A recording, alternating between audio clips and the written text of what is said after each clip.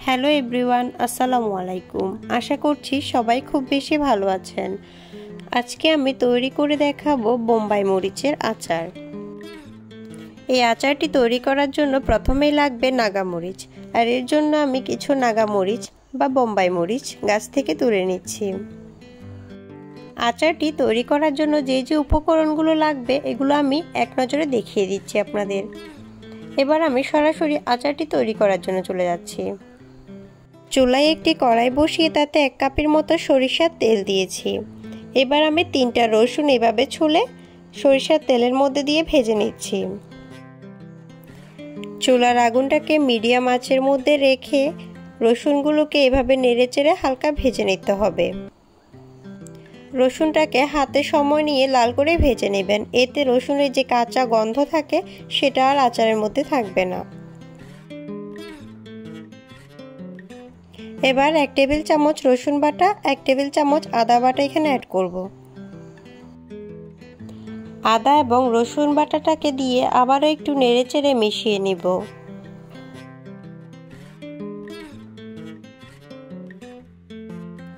এবার দিয়ে দিচ্ছি 1 চা চামচ পরিমাণ হলুদের গুঁড়া, 1 চা চামচ পরিমাণ মরিচের গুঁড়া এবং 1 চা চামচ পরিমাণ জিরার গুঁড়া।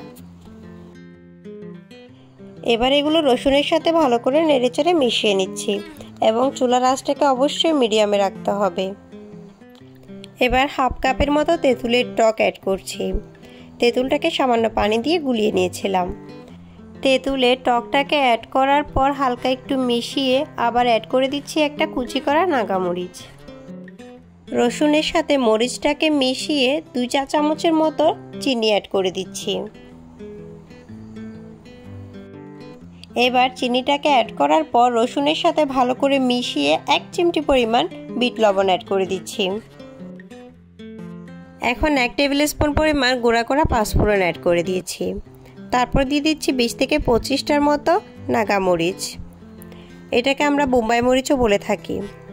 তারপর এগুলোকে ভালো করে মিশিয়ে নিচ্ছি। পাঁচফোড়নটাকে আমি টেলে তারপর গুঁড়া করে নিয়েছিলাম।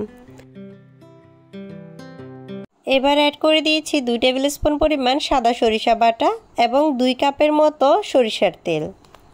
এখন মরিচের সাথে সবগুলো উপকরণকে ভালো করে এভাবে নেড়েচেড়ে মিশিয়ে নিতে হবে। এখন চুলার আঁচটাকে লো মিডিয়ামের মাঝে রেখে 5 মিনিটের মতো অনবরত জাল করে নিতে হবে। এইখানে চাইলে সরিষার তেলটা আপনারা বাড়িয়ে কমিয়ে দিতে পারেন আপনাদের পছন্দ মতো। অনেকে আচারের মধ্যে সরিষার তেলটা বেশি পছন্দ করেন। সবশেষে 1/2 কাপের চেয়ে একটু কম পরিমাণে সাদা সিরকা অ্যাড করে দিচ্ছি। সিরকাটাকে দিয়ে আবারও মিশিয়ে 3 মিনিটের মতো মিডিয়াম আঁচে জাল করে নিচ্ছি।